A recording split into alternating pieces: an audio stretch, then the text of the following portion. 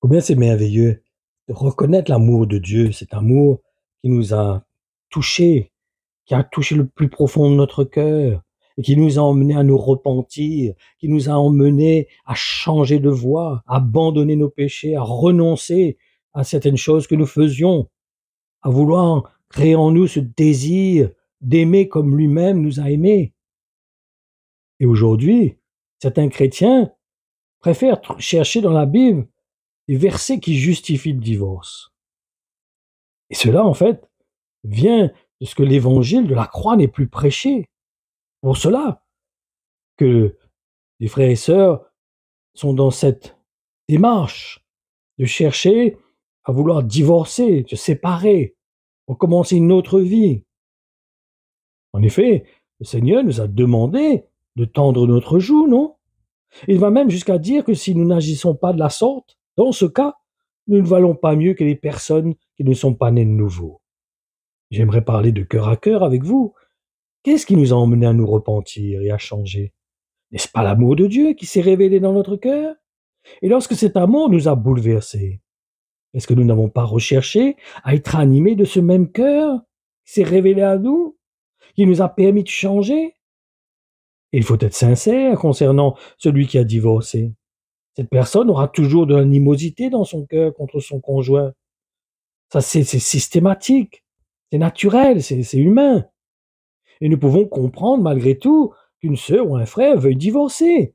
Mais si nous avons compris l'amour de Dieu, qu'est-ce que nous devons faire dans ce cas? Est-ce que nous devons trouver des versets qui lui permettent de divorcer? Ou nous devons plutôt l'encourager à demander au Seigneur de la guérir? Et pour qu'elle puisse guérir, il faut qu'elle pardonne. Et pas d'une façon superficielle non plus. Elle doit doit se passer une œuvre dans son cœur, une œuvre profonde. Et cela va être produit en elle quand elle va vouloir porter sa croix, quand elle voudra mourir à elle-même, pour s'identifier à Jésus-Christ. Pour cela, l'apôtre Paul, quand même, parle de la séparation dans 1 Corinthiens 7:11. Et par contre, il exclut le divorce. On peut comprendre que quelqu'un se sépare parce qu'il n'arrive plus à surmonter une situation qui est, qui est au-dessus de ses forces, c'est pas de problème. Mais dans ce moment, elle a besoin de rechercher, avoir le cœur de Dieu en elle. Car n'oublions pas que Dieu utilise la même mesure que nous utilisons pour mesurer les autres. En effet, c'est la même mesure qu'il va utiliser pour nous mesurer nous-mêmes. Ne nous trompons pas. Si un frère ou une sœur cherche absolument à divorcer, elle aura toujours des ressentiments négatifs contre son conjoint, et ce n'est certainement pas le cœur de Dieu, ce n'est pas le cœur non plus d'un disciple. C'est comme l'exhortation concernant la colère, dont il est question dans la lettre aux Éphésiens, chapitre 4, dans les versets 26 à 27, et 27, pardon, qui dit: quand vous vous mettez en colère, ne commettez pas de péché. Votre colère doit cesser avant le coucher du soleil. Ne laissez aucune place en vous à l'esprit du mal. C'est pareil quand l'animosité est en nous contre notre conjoint pour une raison, quelle que soit la raison, faisons attention que ça prenne de l'ampleur. Parce que là, on ouvre une porte au diable et peut permettre justement de produire en nous des désirs malsains qui ne sont pas en accord avec la parole de Dieu. Il faut savoir qu'en ce qui concerne Dieu, il va toujours de son côté nous tendre la main, lui. En effet, il va tout faire pour nous emmener à nous réconcilier avec lui. Il ne passera jamais dans sa tête de vouloir divorcer avec nous. Et quel que soit ce que nous avons fait, cela vient de ce qu'il marche dans une unité parfaite avec nous, avec son Fils. C'est l'amour qui les unit. C'est l'ordre qu'il nous donne dans l'évangile de Matthieu, au chapitre 5, et dans le verset 48, où il dit: soyez donc parfaits, comme votre Père dans les cieux est parfait. Et dans ces versets, il est question d'être parfait dans l'amour. Et cela vient que Dieu ne conçoit pas la séparation. Ce n'est pas dans sa nature. À moins qu'une personne ait totalement rejeté son amour.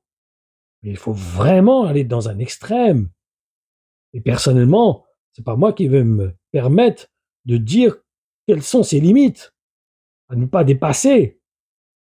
Et il faut savoir que lorsque nous lisons l'évangile de Matthieu au chapitre 19, le Seigneur parle dans ces versets 4 et 9 de ceux qui se sont remariés parce qu'ils ont agi à l'encontre de la loi. Et en ce qui concerne ces versets, est-ce que nous sommes, nous, sous la loi? Non, le Seigneur s'adresse dans cette parole aux Juifs et non aux enfants de Dieu. Ma conclusion, au lieu de chercher des versets qui justifieraient l'animosité que nous avons dans notre cœur, qui nous emmène à vouloir divorcer, demandons plutôt au Seigneur de mettre son amour en nous, son pardon, sa miséricorde. Soyons désireux de vouloir voir les gens être sauvés, changés, transformés, que nous aspirions à cela de tout notre être, de tout notre cœur. Maintenant, cela, c'est Dieu qui le fait. Et que nous puissions être conduits aussi par l'Esprit. Parce que rien n'est figé dans la parole de Dieu. Nous sommes des nouvelles créatures. Nous sommes conduits par l'Esprit de Dieu. Il n'y a rien de rigide. Il n'y a rien de vraiment défini. Il y a des bases qui sont données, mais l'Esprit de Dieu est souverain. C'est lui qui nous conduit. C'est lui qui a le dernier mot. C'est lui qui peut nous révéler certaines choses, certains plans qu'il a pour notre vie. Mais vraiment, veillons à ce que ce ne soit pas le désir de la chair, surtout la colère, l'animosité qui nous pousse à faire cela. Mais que réellement, soyons assurés dans notre cœur, avec le témoignage de frères et sœurs, que réellement, c'est la volonté de Dieu. Mais soyons prudents dans ce sens. C'est pour ça que l'apôtre Paul préfère que quelqu'un soit séparé.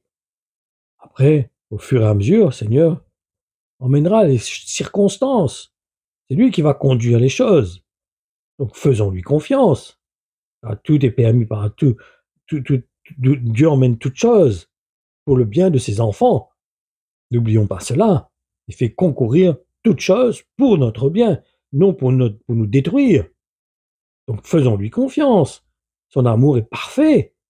S'il nous a sauvés, s'il nous a transformés, s'il a changé nos vies, il va continuer à prendre soin de nous. Il saura toucher les cœurs, tourner des situations à notre avantage. Ne doutons point. Ayons foi dans notre Seigneur. Il est vivant, il est fidèle, il est bon envers nous. Mais nous, portons notre croix et obéissons au Seigneur. Père, je te loue, te rends grâce, parce que tu nous fais connaître ton cœur, tu nous fais connaître ta volonté. Seigneur, c'est surtout tes sentiments que tu veux que nous puissions avoir en nous. Ce cœur qui t'a emmené sur la croix. Seigneur, merci pour ta mort. Merci pour ton obéissance. Merci d'avoir obéi au Père. Combien je te loue pour cette démarche que tu as manifestée par amour pour nous, qui nous sauve aujourd'hui. Malgré la dureté de notre cœur, malgré que nous avons résisté, malgré que nous avons fait tous les 400 coups, que nous avons fait des choses abominables, mais toi, tu étais patient et tu as attendu le moment, tu as fait concourir toutes choses pour nous emmener à la repentance, nous emmener, Seigneur, à nous convertir, à donner nos vies. Seigneur, je te rends grâce, je te loue, ton amour qui est parfait. Merci, Seigneur, car tu sauras conduire mes frères et sœurs, te révéler à leur cœur. À toi toute la gloire, Père, au nom de Jésus. Amen.